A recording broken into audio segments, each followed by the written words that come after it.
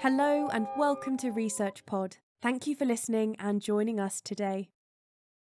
Studies suggest that our emotional responsitivity to animals can sometimes be treated as unnecessary in the context of research involving animals. Dr. Rebekah Humphreys, Senior Lecturer at the University of Wales, Trinity, St David, and Specialist in Applied Ethics, considers how it is possible to become desensitised to the use of animals for scientific research. Humphreys explores our emotional responses and moral feelings towards animals within the context of research. She considers those who work in animal research and the legislation surrounding animal testing. Humphreys defines this lack of emotional responsiveness for experimental testing as desensitization.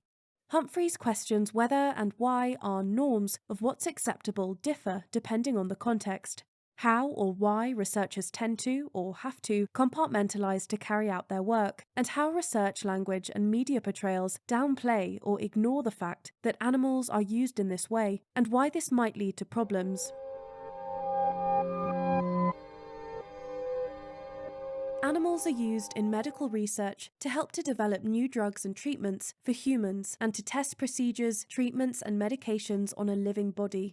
Under current frameworks, the use of animals remains the only way for some areas of research, such as biomedical research and medicine development, to progress. They are also used in toxicity tests on products and ingredients, with approximately 80,000 used in poisoning tests each year in the EU alone in 2002, according to the British animal rights organisation Animal Aid.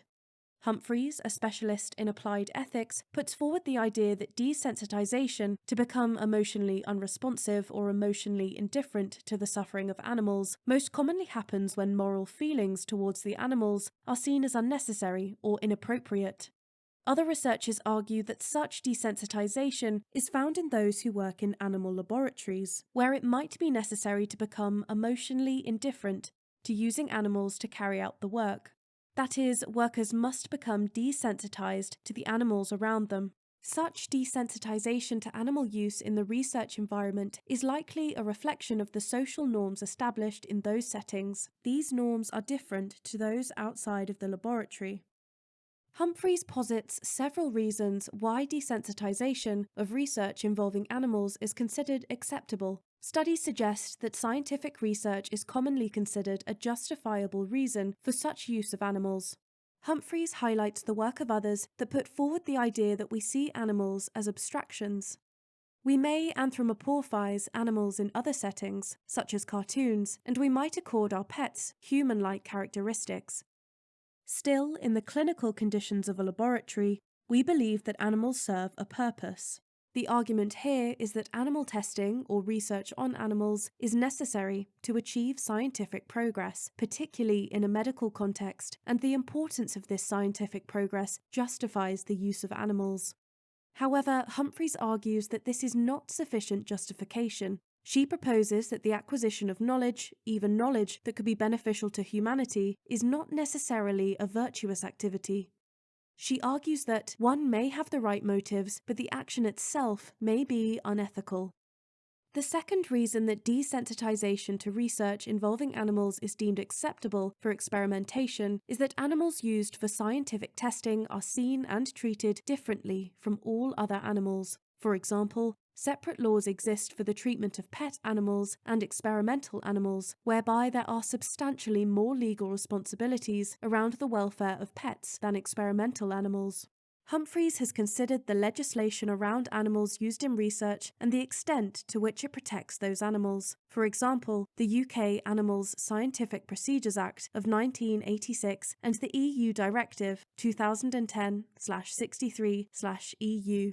She found that although there are tight restrictions on what can be done to animals, many of these restrictions can be lifted if they are incompatible with the scientific objectives of the research. She argues that this suggests that welfare needs then can be sacrificed for practicality.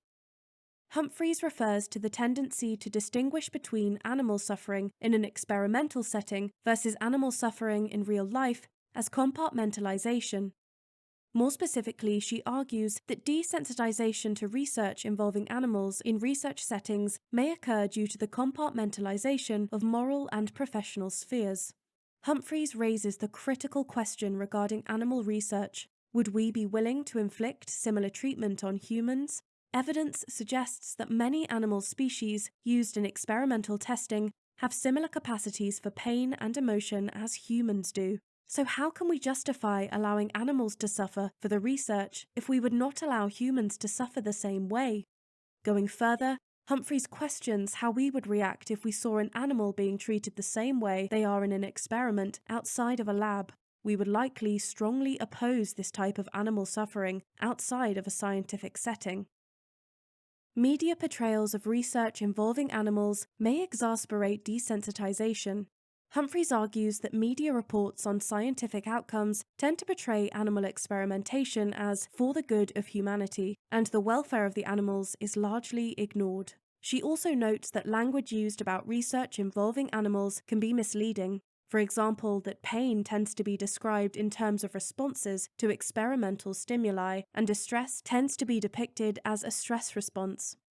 Humphreys also explores the topic of desensitization with those working within the research environment.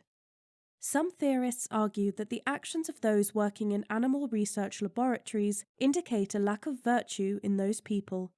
Many, however, strongly disagree with this idea, believing that animal researchers are not necessarily indifferent to the suffering of animals.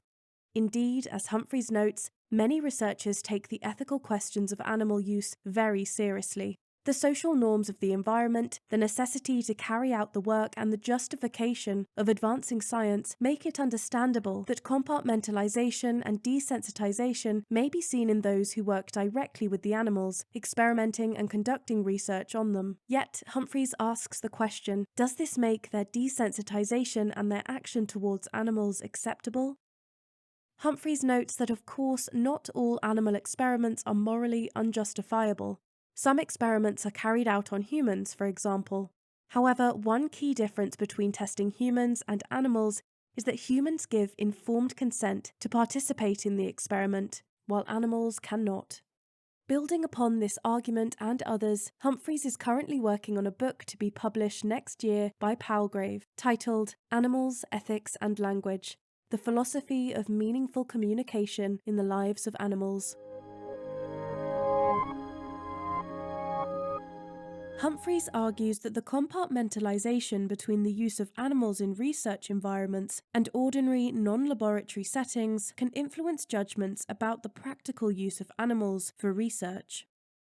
She argues that further philosophical, psychological, and physiological research is needed to fully understand experimental animals' experiences and possible suffering. Humphreys acknowledges that if we are to challenge animal experimentation on the grounds that animals have inherent worth and are entitled to similar protection from harm as humans, independent of their use for humans, then we are obliged to give them sufficient justice, and traditional theories of justice will need to change.